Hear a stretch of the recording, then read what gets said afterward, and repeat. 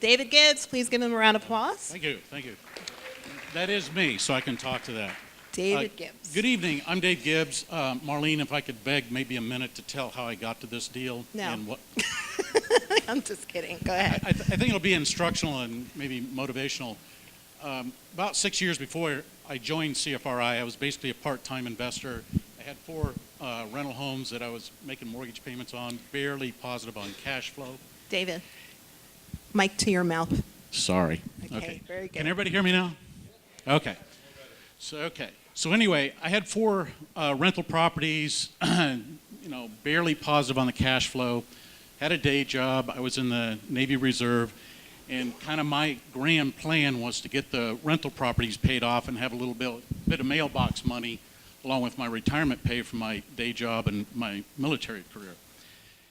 Well, on my day job, the grand poobahs from the company I work for came in from headquarters, or the Starship as we called it, and told us they were shutting the plant down in 6 months, and as of that day laying off 50% of the people out of the plant. So I kind of got a little bit of an epiphany, and I said, I've got this 3-legged stool of support for my retirement. One of these legs is getting really, really wobbly. So I thought, well, I'll do a little bit more on real estate. So I ended up joining CFRI, took a lot of courses with Todd was one of my instructors, Augie and his lovely wife Audrey, and I started getting a lot of golden nuggets of information that I use today and still use quite a bit of, quite frankly.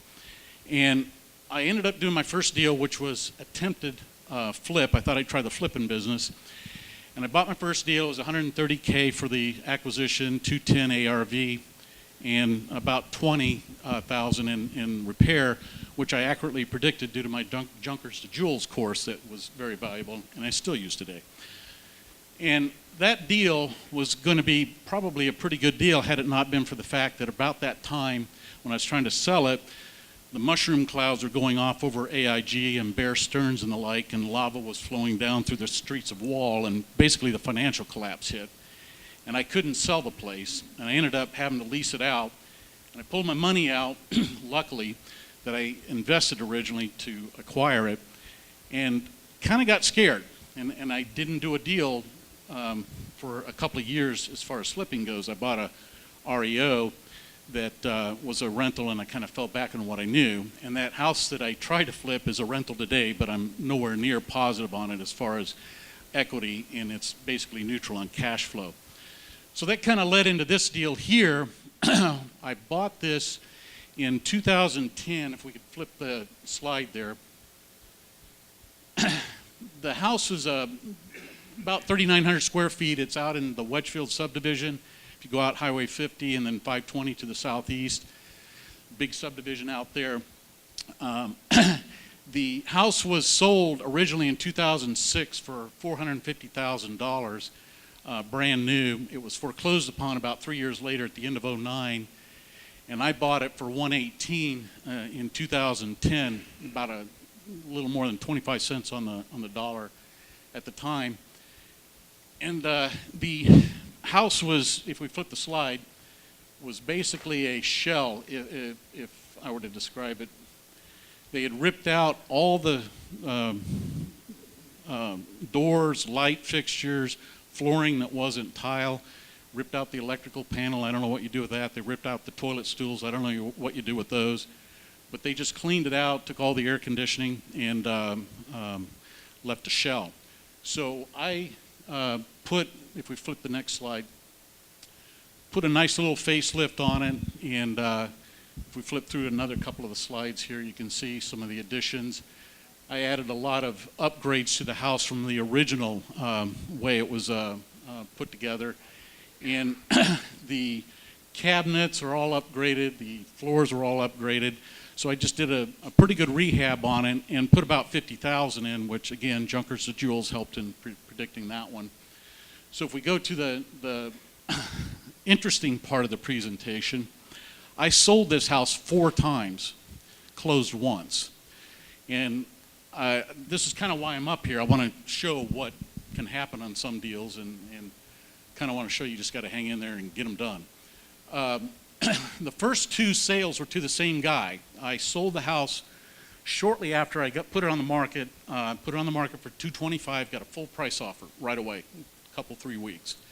And the guy had $75,000 to put down on the deal. The only reason the bank wouldn't qualify him on the first round of effort was because he had some rental income he hadn't had long enough to kind of count as income, so his income to debt ratio was not going to fly with the bank. So my closing agent says, hey, I got another company that might get this deal closed.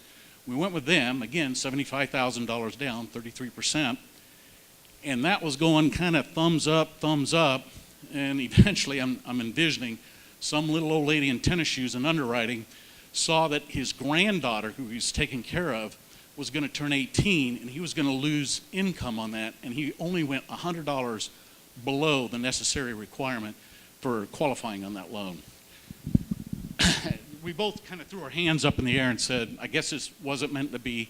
I talked to him literally last week, and he's still crying about not being able to buy the house. So I ended up, and I got a little note in there, the lending sphincter on banks at the time was about the size of a BB. You couldn't get any money out of them. It just was impossible. So the next thing I did is I found a guy who lived in the neighborhood. He had a house that he had been foreclosed upon. He was well over $1 million. He was basically cash rich and credit poor, and he really liked the house. He was kind of forced to get out of where he was. He was literally on about a week away from it. So I agreed to do a 2-year lease with option to buy, $21,000 option fee, and things were going smoothly. He paid his rent on time, great guy, no problems. I call him up about 6 weeks prior to our anticipated closing, and I get a voicemail. And about a week later, I get a call back from a family member saying the guy had passed. And I'm going, really? 3 times I've been, trying to get this thing sold. And as it turns out, he had an undiagnosed case of diabetes. They thought it was a heart attack, but he didn't know he had it. His family didn't know he had it. So I gave the family some time to kind of settle the estate, clear the house out, and all that. Got that all done. About 3 weeks later, if I can flip the slide here, I got a cash offer from a hedge fund that had literally formed 5 weeks earlier, had a $5 million line of credit for proof of funds. I couldn't sign that contract fast enough. I mean, that thing came in and sold. So I got it sold. The original purchase price I had on it was $225. I ended up selling it for $235 to the hedge fund. So which is 10 more, obviously, than I originally had it sold for. So this is right from the HUD, the sales price, $235. It was about $19,000 in closing cost, and I put $216,000 cash into my pocket after the deal closed. If you look at the next slide, which is the next slide, kind of the profit analysis was... I was busy being stunned, sorry. Everybody's in awe, David, even though you're out of time, but we'll let you finish. I'm almost done, trust me, I'm almost done. Okay, no worries. Okay. So the gross profit ended up being 117, but as I mentioned, I had about 50,000, and I kind of nailed that. And Junkers of Jewels, take that course.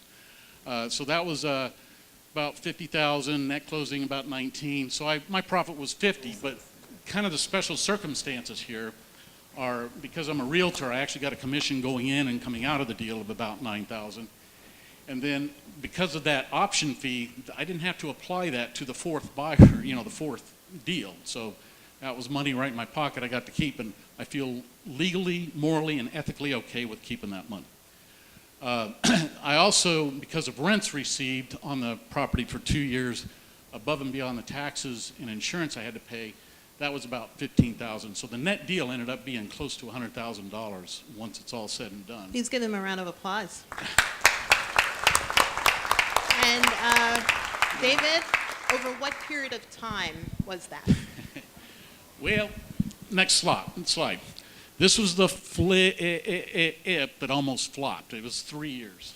It took a long time to get it done.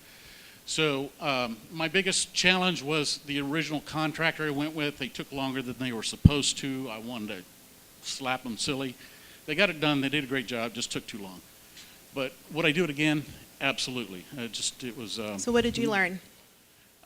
Get better contractors was the biggest thing, and stick to it. You know, I just hung in there. Persistence. Just persistence. You got to do it. And if I can add one more thing, since I bought that house, I've done over 35 more deals, and I'm actually closed on 22 houses in 1 year. And recently, I've closed on 7 more houses in the last 7 weeks. You guys got to get out there and get busy. Get off the couch, quit watching the TV, take courses at CFRI, start learning the business. It's a great business, okay? Okay, one second. Hey, that's awesome. It was a pleasure speaking with him because Can we ask David, you credited Junkers to Jewels. How much did you make and how much did Junkers to Jewels cost you? I don't remember what I paid for it. It's pretty cheap. You know, I mean, Junkers to Jewels was $375. How much, Denny? do Junkers to Jewels. $275. Yeah, it's For those of you who don't know what $275. Junkers to Jewels is, it's CFRI's premier event where you spend a couple of days with the leaders of CFRI to learn how to do rehabs, do estimates, et cetera. So I think we have one coming up in the fall, yes? September? Okay, excellent. Any questions for David? Yes, Todd? hey, Todd. Question is, I did was not there- record the option. One second, I got to repeat the question I'm for sorry, the videographer. Question is, was there a recorded option, and how did you get rid of it? Okay, there was no recorded option on that. Okay, none. So, none. Cool, free money. Anybody else with a question? Explain what an option is for people that don't know. Yeah, an option is basically, Donald Trump does this all the time. It's the primary way he buys properties. But basically, an option is an instrument used to basically buy a right to purchase at a certain price, and you're generally given a window, maybe 1 year, 2 year. It can be any length of time. But in this particular case, I gave the gentleman 2 years. I figured he can get his stuff together in 2 years, get enough cash, close on the deal, we're done. And so you can do any amount of time, any amount of option. Kind of classic amount is, 5-ish, maybe percent. On this deal, it was almost close to 10%. I wanted a heavy option from the guy because I wanted to know he was serious and really wanting to buy it. I knew he wanted to buy it. He loved the house. I figured I could get more out of him. And that's money in your pocket regardless, whether he closes on it or not. So is that Just so everyone knows, there's so many parts to this deal. It is written up in detail because I spent over an hour talking to David on the phone, so all the details and the numbers are there, and there are a lot of lessons there. And he's just so much more confident now buying a deal a week, you say. So congratulations. That's it. Okay. Thank you, guys.